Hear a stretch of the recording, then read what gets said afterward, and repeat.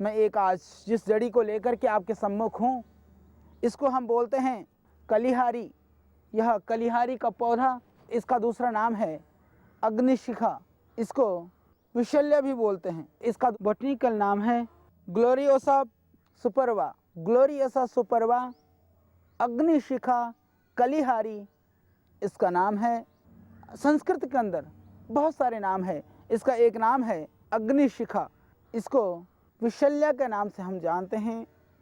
रामायण में हम सब जानते हैं कि रामायण में जब मेघनाद के वाण से लक्ष्मण मूर्छित हुए तो किसी को कुछ सूझा नहीं कि क्या करें। किसी ने कहा कि आप सुषेण वैद्यों को लेके आएं। सुषेण वैद्य जो रावण के राज्य में, उसके देश के अंदर जो बहुत ही गुणी और योग्य वैद्य थे। तब हनुमान जी जाते हैं, सुषेण वैद्य को लेकर के आते हैं।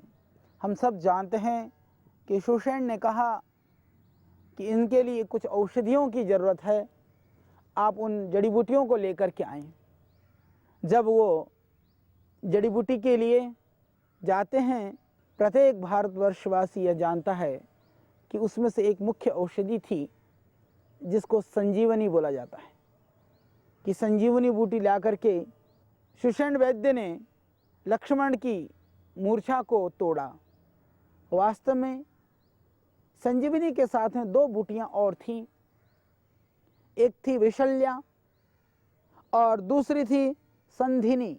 विशल्या का कार्य था जहरीले जो बाण चुभे हुए थे, उसका जो जहर था, पॉइजन था, उस बाण का, उस जहर का जो अंश था, बाहर उस विशल्या के लेप करने से वह बाण बाहर निकल करके आया।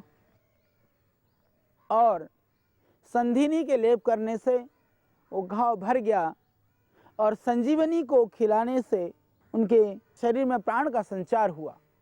ये तीन चीज़ें थी। विशल्य के नाम पर इसी को वास्तव में विशल्य आयुर्वेद में कहा जाता है। और राजमार्तंड में भी इसके विषय में काफ़ी वर्णन है।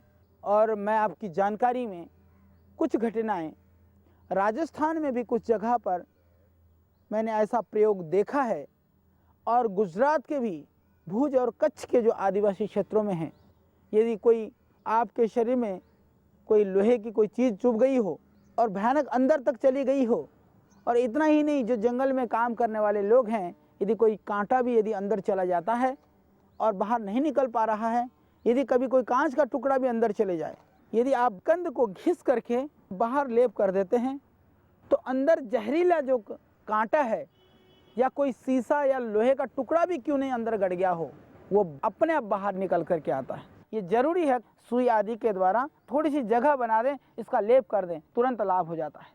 हालांकि आयुर्वेद के अंदर यह विषैली जड़ी बूटियों में इसकी गणना है। इसको हम उपविष के रूप में जानते हैं। यह विषैली है, यह इसमें कोई संशय नहीं है।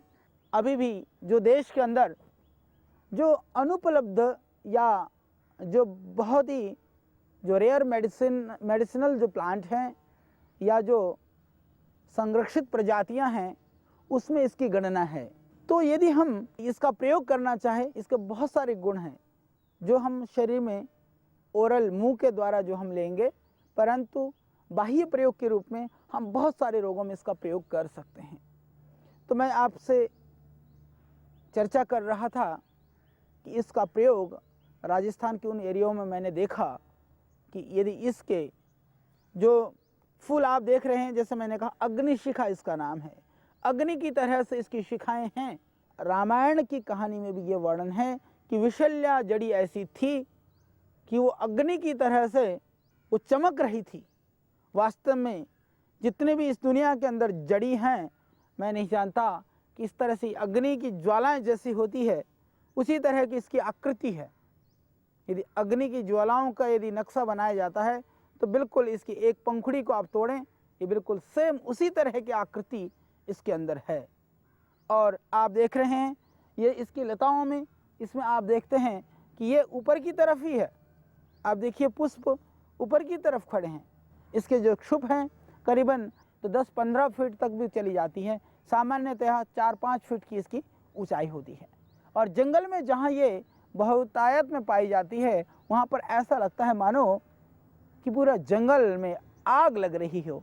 अग्नि की तरह से यह चमकती हुई यह लता है, इसीलिए इसको अग्निशिखा कहा जाता है। और विशल्य के विषय में हम बात कर रहे थे, तो कितने भी कोई जहरीले कोई कांटा या कोई जहरीली कोई कील वगैरह भी घुस जाए, लोहे की कील भी घुस जाए अंदर, और यदि पता नहीं चल पा रहा हो तब भी यदि इसकी मेरे पास है, आप देख पा रहे हैं, ये इसके जो आप देख रहे हैं छोटा पौधा, ये पूरा पौधा है, ये इसके फूल हैं और ये इसके कंद हैं। आप देखिए इसके कंद की आकृति कितनी सुंदर सी है, और इसको लांगुली भी बोलते हैं। आप देख रहे हैं ये लांगुली का ये कंद कितना सुंदर है। तो ये कंद को घिस करके यदि आप बाहर लेप कर देते हैं तो अंदर जहरीला जो कांटा है या कोई शीशा या लोहे का टुकड़ा भी क्यों नहीं अंदर गड़ गया हो, वो अपने आप बाहर निकल करके आता है। और यदि कोई चीज़ चुभी हुई हो, आप निकाल नहीं पा रहे हो, तो आपको क्लोरोफॉर्म दे करके शून्य करने की ज़रूरत नहीं है। क्लोरोफॉर्म की जगह पर यदि इसको कलिहारी को चारों तरफ यदि लोकल एनेस्थीसिया देने के लिए भी यदि आप इसको उसके चारों तरफ लगा दें और उस कांटे को आराम से आप निकाल सकते हैं। वास्तव में ये सत्य और यथार्थ बात है, और इसका प्रयोग आप करके देख सकते हैं। लक्ष्मण को बाण लगा, उसके शरीर में चारों तरफ जब बाण के टुकड़े छूटे हुए थे, तो सुषण वैद्य ने इस विशल्य को चारों तरफ लगा करके उनको बाहर निकाला, आराम से उसको खींचा भी, और अंदर जो रह गया था उसको भी उसका लेप करके बाहर निकाला। उसके बाद संधिनी नामक जड़ी बूटी से उसने उसका लेप करके उन घावों को भर दिया। इसमें कोई अतिशयोक्ति नहीं है, और मैं समझता हूँ कि विशल्य के नाम पर ये जो जड़ी है वास्तव में यही जड़ी होगी। उनका तो क्या कहना, आज राम सेतु को भी वो कहते हैं कि ये जो है एडम ब्रिज के नाम से वो जानते हैं, परंतु वो नहीं कहते कि ये ब्रिज नहीं है, ये राम का बनाया हुआ नहीं है।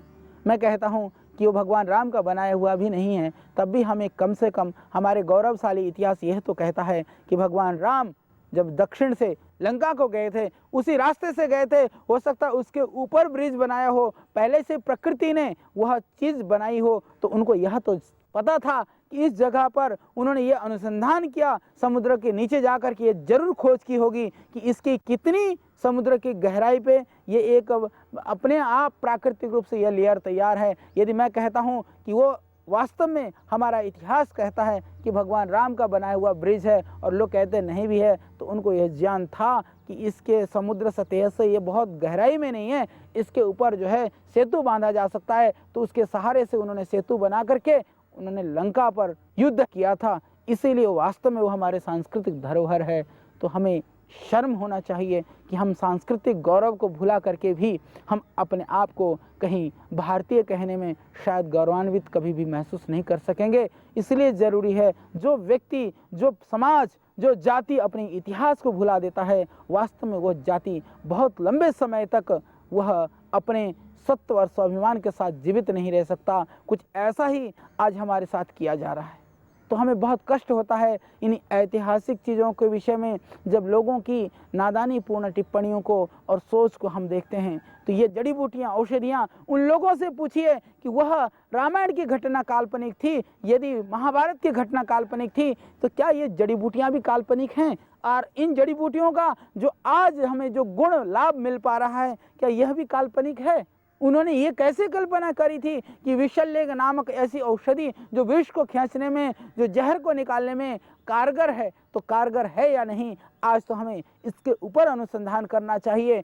आज विदेशी लोग, आज पश्चिमी देश के लोग यदि किसी भी जड़ी बूटी का कोई भी प्रयोग सीख करके वो पेटेंट ले लेते हैं, तो ये इससे दुर्भाग्यपूर्ण और हमारे लिए इससे हानि की कोई बात नहीं हो सकती है। तो आज भी हम इन जड़ी बूटियों के ऊपर समय है, खोज करें, अनुसंधान करें, इनके प्रयोगों को जानें, ये बहुत ज़रूरी है। तो हम चर्चा कर रहे थे इस विशल्य के विषय में। मैंने एक व्यक्ति को ऐसा देखा है, गुजरात के अंदर एक्सीडेंट हो गया, कांच के टुकड़े बहुत उनके हाथ पैरों में घुस गए, परंतु सारे टुकड़े नहीं निकल सके, ऑपरेशन करके भी कहीं कहीं रह गए। तो कांच की गुठलियाँ सी अंदर दिखती थी कि कांच है, बाहर से हाथ लगाने के बाद में भी वो कहने लगे छोटे छोटे टुकड़े हैं आचार्य जी, कैसे निकालें? हमने उस जगह पर इस कलिहारी का लेप किया। ये जरूरी है, कलिहारी के लेप होने के लिए थोड़ी सी आपको ऊपर से जगह बनानी पड़ेगी। जो बाहर ये ठोस स्किन यदि आ जाती है तो वहाँ थोड़ा सा आप किसी भी सुई आदि के द्वारा वो ध्यान रखें सावधानी से, तो उसको थोड़ी सी जगह बना दें, इसका लेप कर दें। दर्द तो होगा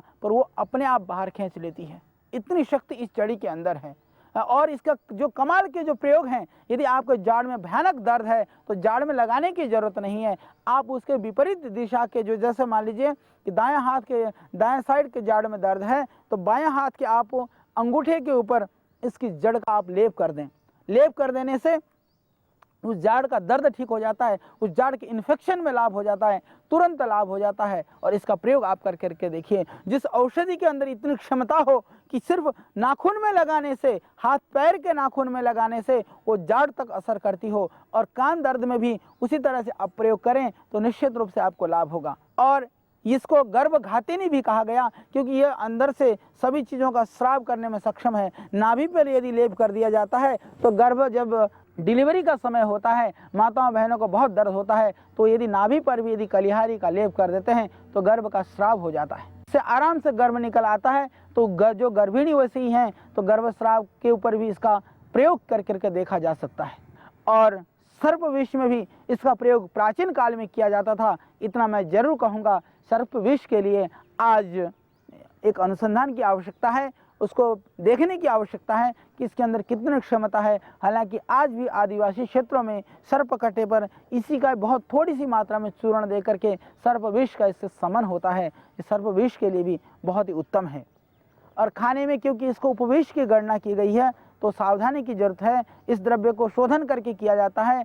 बहुत सारे जो टॉनिक हैं, जो शरीर में ताकत देने के लिए, बहुत सारे जो पेन किलर हैं, दर्द की औषधियां हैं, इसका प्रयोग होता है। इसको एक तरह से जो वत्सनाभ है उसका विकल्प भी माना गया है। तो इसके बहुत सारे गुण हैं। आइए हम उन ऐतिहासिक, उन सुंदर और सुनहरे पन्नों को पलट करके उन गौरवशाली इतिहास को जानें और इन गौरवशाली, इन दिव्य जड़ी बूटियों के संदर्भ में अपनी जानकारी को बढ़ाएं, उसके ऊपर खोज करें। यदि आपके पास भगवान का दिया हुआ संसाधन है तो इस कार्य के लिए आप जुट जाएं, और नहीं भी है, आप किसी भी क्षेत्र में रहते हैं तो इन जड़ी बूटियों का प्रयोग करके आप स्वयं स्वस्थ रह करके और अपने समाज को स्वस्थ करने के लिए, जो आज हमारे देश के उन करोड़ों भाई बहन जो दवाई की वजह से चिकित्सा नहीं कर पा रहे हैं, ये घाव भी भरता है। यदि इसका पाउडर कर करके उस पाउडर को यदि घाव के ऊपर भी बुरक दें, मैंने देखा है गांव में इस तरह की साधनहीन लोग जो घाव होने के बाद में भी, कटने के बाद में भी पश पड़ रहा है, इन्फेक्शन हो रहा है, वो सूख नहीं पा रहा है, उस स्थिति में भी यदि नीम के पानी से उस घाव को धो दें और इसको थोड़ा सा रुई में करके, कॉटन में करके, इसको पाउडर को उसमें लगा करके पट्टी कर दें, निश्चित घाव सूख जाता है, भर जाता है। जो इन्फेक्शन है वो दूर हो जाता है। जो लाखों की दवाई से जो लाभ नहीं हो सकता, जो कुछ कार्य नहीं किया जा सकता है, वो इन दिव्य औषधियों से किया जा सकता है। इस पौधे को आप घर में भी लगाएंगे और किसी दीवार के सहारे से भी चढ़ाएंगे। हालांकि ये सीजनल है, वर्षा ऋतु के आसपास पुष्प खिलता है, पर वर्ष में भी यदि आप महीने भर भी यदि इसको खिलते हुए देखें तो आपकी तबीयत खुश हो जाएगी। तो घर में भी गमले में ही लगा सकते हैं। और यदि आपको कहीं कांटा चुभ जाए, कहीं कोई चीज़ लग जाए तो प्रयोग करके देखिए किस तरह से यह चमत्कारिक प्रयोग है, चमत्कारिक यह जड़ी है, यह औषधि है। वास्तव में यह वह विशल्य है, विष को शांत करने वाली है, विष को निकालने वाली है। तो आप इसको अपने जीवन में प्रयोग करिए और देश की इस जड़ी बूटियों की जो हमारी वैभव है, जड़ी बूटियों की ये जो दिव्य गुण हैं, उनसे हम परिचित हों। आइए इस मिशन में हम सहभागी बने, साथी बने। फिर मैं आपके लिए एक और दिव्य औषधि के साथ कल फिर इसी समय फिर यहीं मिलेंगे।